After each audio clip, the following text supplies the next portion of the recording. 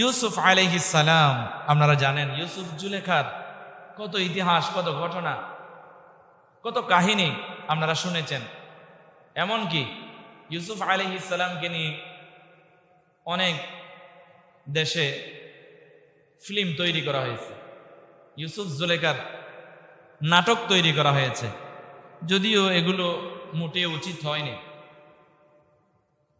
তবে আমি যা দেখেছি, তবে তারা চেষ্টা করেছে ইউসুফ আলাইহিস সালামকে নিয়ে যারা এরকম ফিল্ম তৈরি করেছে, তবে তারা চেষ্টা করেছে ইতিহাসটাকে সঠিকভাবে তুলে ধরার জন্য। তারপরেও সেখানে যেহেতু একটা মেয়েকে জুলেখা বানানো হয়েছে এবং কিছু মেয়েদেরকে জুলেখার বান্ধবী বানানো হয়েছে, এটা তো বেপরদা। তো এগুলো মানুষ দেখলে কি আর হবে, গুনাহ ছাড়া।